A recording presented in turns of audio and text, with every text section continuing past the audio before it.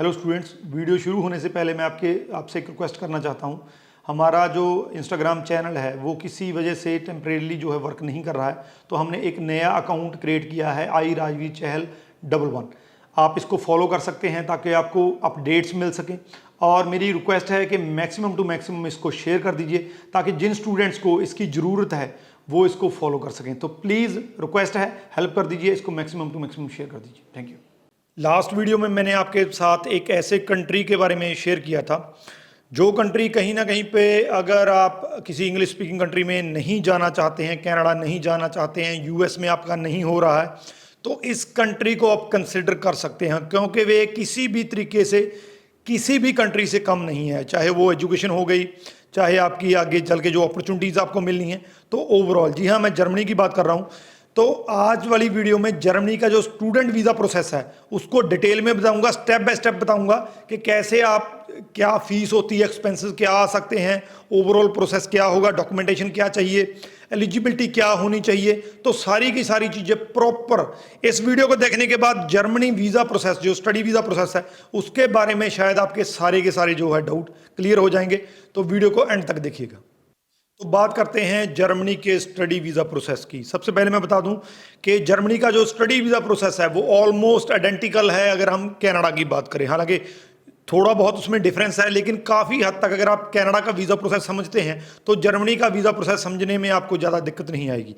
तो सबसे पहले आपने एलिजिबिलिटी चेक करनी है। जर्मनी में अगर आप बैचलर के लिए भी जा सकते हैं, मास्टर्स के लिए भी जा सकते हैं। अगर आपकी परसेंटेज की बात करें, एकेडमिक की बात करें, तो आपके 50% मिनिमम होने चाहिए। 50% जहाँ उससे ऊपर मार्क्स हैं तो आप अप्लाई कर सकते हैं। अगर हम लैंग्वेज प्रोफिशिएंसी की बात करें तो आयल्स में अगर आप बैचलर के लिए जा रहे हैं तो 6 ओवरऑल बैंड स्कोर होना चाहिए आपका आयल्स में। अगर आप मास्टर्स के लिए जा रहे हैं, हालांकि 6 ओवरऑल पे भी हो जाता है, लेकिन ट्राई कीजिए आपके 6.5 बैंड स्कोर हो, क्योंकि इससे आपकी ऑप्शंस बढ़ जाती हैं, आपके पास जो है नंबर ऑफ यूनिवर्सिटीज़ की ऑप्शन ज़्यादा हो जाती हैं। तो ये एलिजिबिलिटी क्राइटेरिया है आपका। लेकिन यहाँ पे मैं एक बात बता दूं कि अगर आप विदाउट आयल्स जर्मनी में अप्लाई करना चाहते हैं तो वो भी पॉसिबल है। आपको जैसे MOI, जिसको मीडियम ऑफ इंस्ट्रक्शन बोलते हैं, उसका सर्टिफिकेट देना पड़ता है। हालांकि ऑप्शंस कम होंगी, लेकिन फिर भी आप विदाउट आयल्स MOI के साथ अप्लाई कर सकते हैं। ये फैसिलिटी जर्मनी में है। तो जब आपने एलिजिबिलिटी चेक कर ली तो उसी तरीके से उसके बाद आपने अपना कोर्स चूज़ करना है, अपनी यूनिवर्सिटी चूज़ करनी है। जर्मनी में ऑलमोस्ट सारे तरह के प्रोग्राम अवेलेबल हैं। आप चाहे बैचलर के लिए जा रहे हैं, चाहे आप मास्टर्स के लिए जा रहे हैं। जर्मनी मेडिसिन की स्टडी के लिए, इंजीनियरिंग की स्टडी के लिए पूरी दुनिया में माना जाता है। टॉप रैंक्ड यूनिवर्सिटीज़ हैं। इवन के जो टॉप 100 हैं उसमें 9 यूनिवर्सिटी जो हैं वो जर्मनी की हैं। तो आप जर्मनी की यूनिवर्सिटी चूज़ कीजिए, अपना प्रोग्राम चूज़ कीजिए, उसके बाद आप अपना प्रोसेस स्टार्ट कर सकते हैं।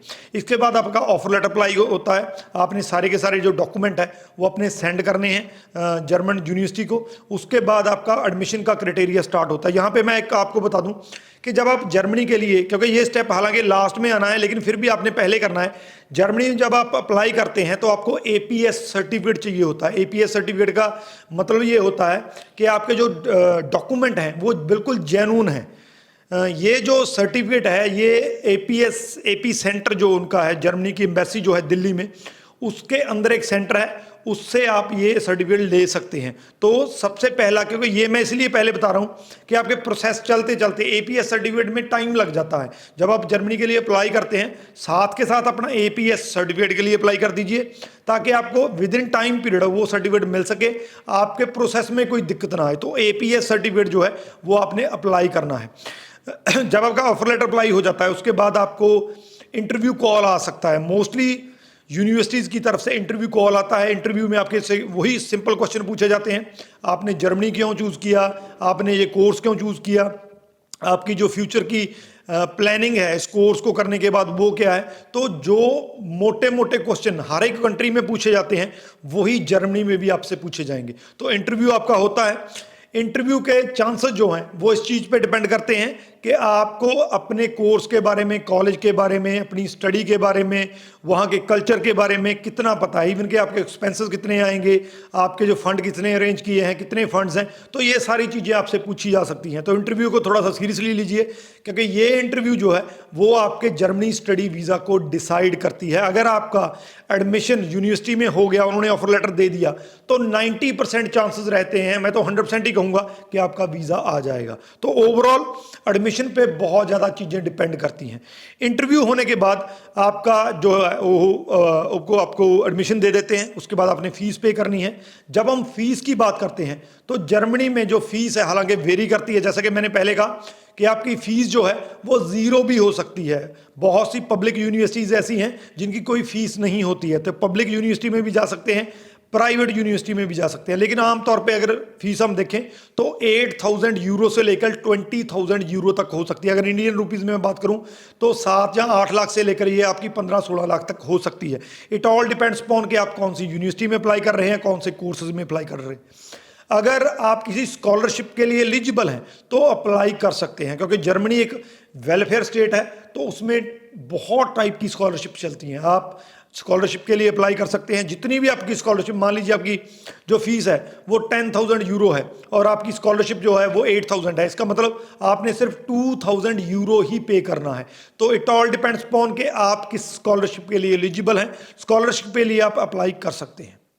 ट्यूशन फीस पे करने के बाद आपने एक ब्लॉक्ड अकाउंट जो है वो ओपन करवाना है, जो कि 11,208 यूरो का होता है। ब्लॉक्ड अकाउंट बेसिकली, अगर आप कनाडा स्टडी वीज़ा प्रोसेस के बारे में जानते हैं तो एक तरह से आपका जीआईसी है। जैसे कनाडा में जीआईसी जाता है, यहाँ पे ब्लॉक्ड अकाउंट होता है जो कि आपके लिविंग एक्सपेंसेस को कवर करता है। तो जब आपका ब्लॉक अकाउंट ओपन हो जाता है, जो सर्टिफिकेट आपको अपनी फाइल लगाने के लिए चाहिए होता है, तो ये ब्लॉक अमाउंट जो होती है आपकी, वो जब आप वीज़ा आपका आ जाता है तो वहाँ के बैंक में ट्रांसफ़र हो जाती है, जिसमें आपको 934 यूरो पर मंथ एक्सपेंसेस के लिए मिलते रहते हैं। तो एक तरह से जर्मनी का जो जीआईसी है वो ब्लॉक्ड अकाउंट है। इसमें आपने 11,208 यूरो जो है वो अपने डिपॉजिट करवाने होते हैं। उसके बाद अपने अपनी डॉक्यूमेंटेशन प्रिपेयर करना है, सारे के सारे जो आपके एकेडमिक हो गए।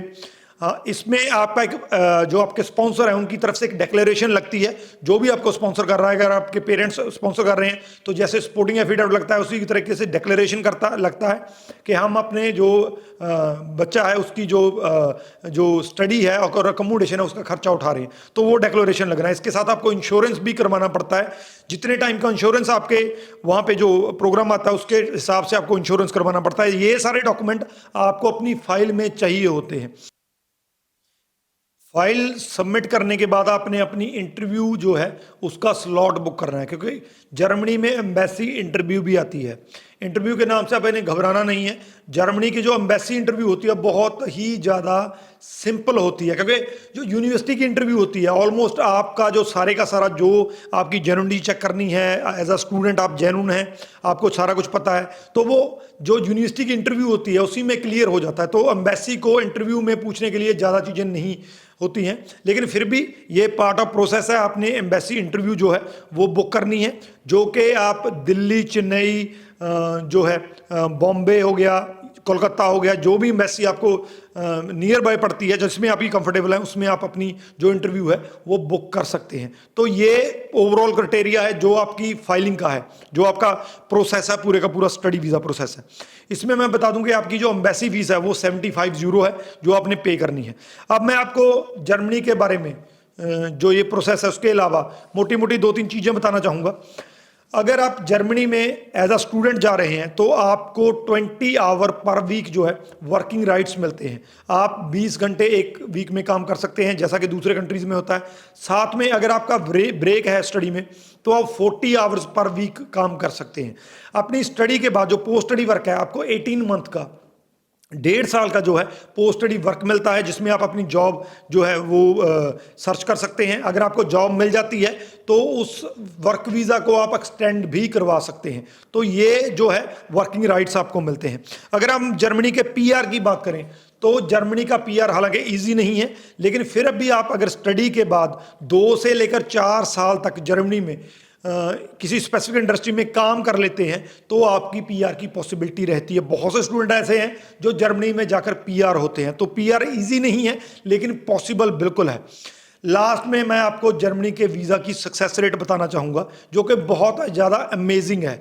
90% से ज़्यादा सक्सेस रेट जर्मनी का रहता है हर एक इनटेक का, क्योंकि जर्मनी में जो आपका, जैसे मैंने बताया कि यूनिवर्सिटी जब आपकी इंटरव्यू लेती है तो मोस्ट ऑफ द चीज़ें जो होती हैं आपकी क्लियर हो जाती हैं। अगर आप किसी तरीके से एलिजिबिलिटी पूरी नहीं करते हैं तो आपको एडमिशन ही नहीं मिलता है। एडमिशन के मिलने के बाद आपके 90% वीज़ा चांसेस होते हैं कि आपका वीज़ा आ जाएगा। तो वीज़ा की सक्सेस रेट जो है वो बहुत ज़्यादा बढ़िया होती है। इस टाइम पे जर्मनी का अप्रैल इनटेक चल रहा है, आप उसके लिए अप्लाई कर सकते हैं। तो जर्मनी एक ऐसा स्टडी डेस्टिनेशन है, अगर आप दूसरे किसी स्टडी डेस्टिनेशन में नहीं जाना चाहते हैं तो जर्मनी आपके लिए बहुत बढ़िया साबित हो सकता है। जर्मनी के बारे में आपको क्यों अप्लाई करना चाहिए, मैं ऑलरेडी वीडियो शेयर कर चुका हूं, नीचे डिस्क्रिप्शन में लिंक दिया गया है, जिसमें मैं 5-6 अमेजिंग चीज़ें जर्मनी के बारे में बताई हैं कि जो कि जर्मनी में आपको मिल सकती हैं अगर आप स्टडी वीज़ा अप्लाई करते हैं। तो ये है जर्मनी का मोटा मोटा वीज़ा प्रोसेस। इस वीडियो के रिगार्डिंग अगर आपके क्वेश्चन है तो नीचे लिख दीजिए, आपका आंसर मिल जाएगा। बाकी अगले टाइम जो मैं जर्मनी का आपको फाइलिंग का प्रोसेस या और भी जो स्टडी वीज़ा से जुड़ी हुई चीज़ें हैं वो नेक्स्ट वीडियो में मैं आपको बताऊंगा। अगर आपको कोई ज़्यादा क्वेश्चन है, आपके ज़्यादा डाउट है, ऑनलाइन काउंसलिंग जो कि मेरी फ्री ऑफ कॉस्ट है उसके लिए आप बुक कर सकते हैं, नीचे नंबर दिए गए हैं उस पर कॉन्टैक्ट कर सकते हैं। राजवी चहल, थैंक यू सो मच।